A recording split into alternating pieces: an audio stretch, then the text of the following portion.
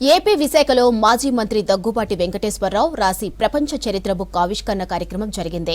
ఈ కార్యక్రమానికి AP CM Chandrababu, కేంద్ర మంత్రి నిర్మలా సీతారామన్, మాజీ ఉపరాష్ట్రపతి Venkaiah Naidu, BJP AP chief Purandeswari, ఇతర ముఖ్య నేతలు అటెండ్ అయ్యారు. ప్రపంచతత్వం, లీడర్షిప్ పై రీసెర్చ్ చేసి మాజీ మంత్రి దగ్గుబాటి వెంకటేశ్వరరావు బుక్ రాశారన్నారు AP CM Chandrababu Naidu. AP Visakha గీత వర్సిటీలో జరిగిన ప్రపంచ చరిత్ర పుస్తక ఆవిష్కరణకు చీఫ్ గెస్ట్ గా హాజరయ్యారు చంద్రబాబు. దగ్గుబాటి తన తోడళ్లు అయిన ఎన్టీఆర్ దగ్గర ఇద్దరం అన్ని నేర్చుకున్నట్టు చెప్పారు. రచయిత కానటువంటి రచయితగా దగ్గుబాటి పెద్ద సాహసం చేశారని కొనియాడారు చంద్రబాబు. దాదాపు 30 ఏళ్ల తరువాత ఒకే వేదికపై కనిపించారు తోడళ్లు దగ్గుబాటి, సీఎం చంద్రబాబు. ఈ కార్యక్రమంలో సరదాగా గడిపారు. ఆత్మీయంగా ఆలింగనం చేసుకున్నారు.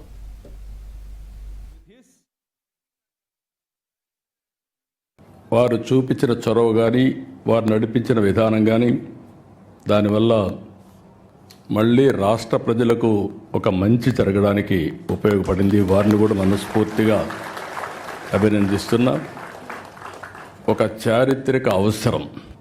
ఇలాంటి ఇన్స్టిట్యూట్స్ రావాలని కోరుకునే సమయంలో ఇక్కడ డెమాలిషన్ చేసే పరిస్థితికి వచ్చారంటే చాలా బాధేస్తుంది. అలాంటివన్నీ మనం చూసాం.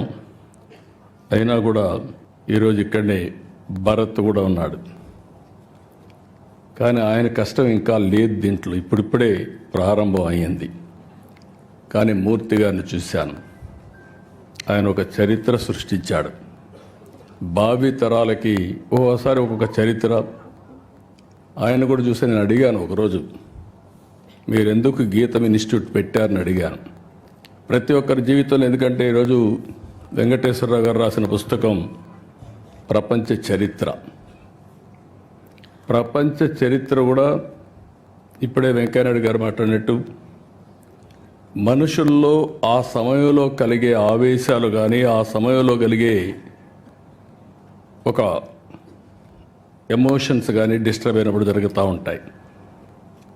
ఈరోజు ఇక్కడ కూర్చున్నటువంటి గీతం యూనివర్సిటీ చూస్తే మూర్తి గారి రెండో అబ్బాయికి సీట్ ఇవ్వలేదు. ఏదైతే విజయవాడలో ఉన్నటువంటి సిద్ధార్థ 5 సార్లు అసెంబ్లీలో మినిస్టర్గా, ఎమ్మెల్యేగా ఉండి, మంత్రిగా ఉండి, ఒకసారి లోకసభ, ఒకసారి రాజ్యసభలో మెంబర్గా ఉండి, ఇలాంటి ఆలోచనలు చేసేవాళ్ళం. ఇప్పుడే వెంకయ్యనాయుడు గారు చెప్పినట్టు తిరగాలని ఆలోచిస్తాం తప్ప మళ్ళీ పుస్తకాలు చదవాలని ఆలోచించాం. తిరగడానికే సరిపోతుంది. అది ఒక వ్యసనంగా తయారవుతుంది. I'm wishing her all the best, excellent work. ఇప్పుడు అతిపెద్ద ఆర్థిక వ్యవస్థ, 3వ ఆర్థిక వ్యవస్థగా మనం రాబోతున్నాం. దానికి మనం అందరం గర్వపడాలి. మీరందరూ కూడా గట్టిగా చప్పట్లు కొట్టి అభినందించాల్సిన అవసరం ఉంది. రికగ్నైజ్ చేయాల్సిన అవసరం కూడా ఉంది. ఇప్పుడే వెంకయ్యనాయుడు గారు చాలా స్పష్టంగా చెప్పారు చరిత్ర గురించి. ఇక ప్రపంచ చరిత్ర పుస్తక ఆవిష్కరణ సభలో ఆసక్తికర కామెంట్ చేశారు రచయిత దగ్గుబాటి వెంకటేశ్వరరావు. గతంలో జరిగినదంతా వదిలేస్తున్నానని చెప్పారు. చంద్రబాబుతో గతంలో వైరం నిజమేనన్నారు. కాలంతో పాటు మనము మారాలన్నారు. తనకు రాజకీయాలపై ఎలాంటి ఆసక్తి లేదని చెప్పారు దగ్గుబాటి. పుస్తక ఆవిష్కరణకు వచ్చిన చంద్రబాబుకు ఆయన థ్యాంక్స్ చెప్పారు.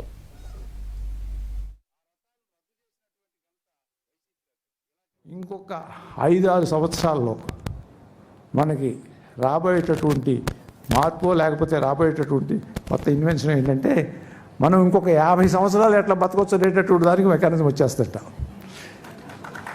వెరీ గుడ్ చంద్రబాబు గారు. ఇంకా 50 సంవత్సరాలు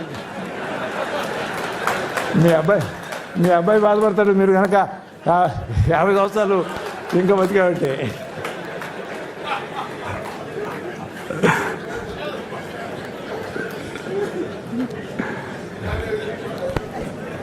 సో అదంట. ఇంకా ఇంకొకటి ఉంది. మన బ్రెయిన్లో కొన్ని కోట్ల న్యూరాన్స్ ఉన్నాయి. ఈ న్యూరాన్స్ ఇవన్నీ కూడా మనం చేసేటటువంటివి, మనం మాట్లాడుకునేటటువంటివి, మనం చదువుకునేటటువంటివి అన్నీ నిక్షిప్తం చేసుకుంటూ ఉంటాయి. ఈ బ్రెయిన్ని రాబోయే రోజుల్లో మన నెక్స్ట్ జనరేషన్, మన పిల్లాడికి మన దేహం వదిలేస్తూ మనం ఈ మొత్తాన్ని అతనికి ట్రాన్స్ఫర్ చేయొచ్చంట. ఇది జరగబోతుందని చెప్పి నాకు ఈ పుస్తకం రాసినప్పుడు తెలియదు. తర్వాత మళ్ళీ ఇంకా ఏమి ఇన్వెషన్స్ రాబోతున్నాయి అని చెప్పి చూస్తూ ఉంటే నాకు తెలిసినటువంటి వ్యవహారం ఇది. కాబట్టి రెడీగా ఉండండి. ఇంకొక 5-6 సంవత్సరాలు కనుక బతికే ఎంత మాట్లాడము, మళ్ళీ ఇంకొక 50 సంవత్సరాలకు ప్లాన్ చేయొచ్చు. వాట్ ఎవర్ ఇట్ ఈస్, దానికి చంద్రబాబు నాయుడు మరి రావడం అనేది మా ఇద్దరికి వైరం ఉంది, అది ఇది అని చెప్తూ ఉంటారు. వైరాలు ఉన్నమాట వాస్తవమే, కానీ ఎప్పుడు ఒక రకంగా ఉండకూడదు కదా. ముందుకు వెళ్తూ ఉండాలి, అవన్నీ మర్చిపోవాలి. భవిష్యత్తు అనేటటువంటిది ఆశాజనకంగా ఉండాలి అనేటటువంటిది నాకేం కోరికలు లేదు స్వామి. మళ్ళీ నేను వదిలేశాను, నేను హ్యాపీగా ఉన్నాను. నాకేమి అటువంటి కోరికలు ఏమి లేవు. కోరికలు ఏమన్నా ఉంటే నా పిల్లలతోటి, నా కుటుంబంతో క్షేమంగా, 10 మంది స్నేహితులతోటి క్షేమంగా ఇలా పుస్తకాల్లో రాయగలిగితే రాసుకుంటూ ఆనందంగా ఉండాలి. అది కూడా జీవితమే, దాన్ని కూడా ఆస్వాదించాలి. జీవితం అంటే ఎప్పుడు గందరగోళము, ఏదో అనుకుని పరిగెత్తడం కాదు. ఒకటే ఉంటుంది జీవితం. నా దేశం 50 సంవత్సరాల తర్వాత చూద్దాము. ముందు ఈ ఒక్క జీవితాన్ని ఆస్వాదించడం అనేటటువంటిది కావాలి. అలానే మా వెంకయ్యనాయుడు గారు మా చిన్నప్పుడు అంటే నేను స్కూల్లో ఎస్ఎస్సీ చదివేటప్పుడు ఆయన ఆంధ్ర ఉద్యమం ఉపన్యాసం అంటే వెంకయ్యనాయుడు. అసెంబ్లీలో ముఖ్యమంత్రులు కూడా ఆయన ముందు వచ్చి,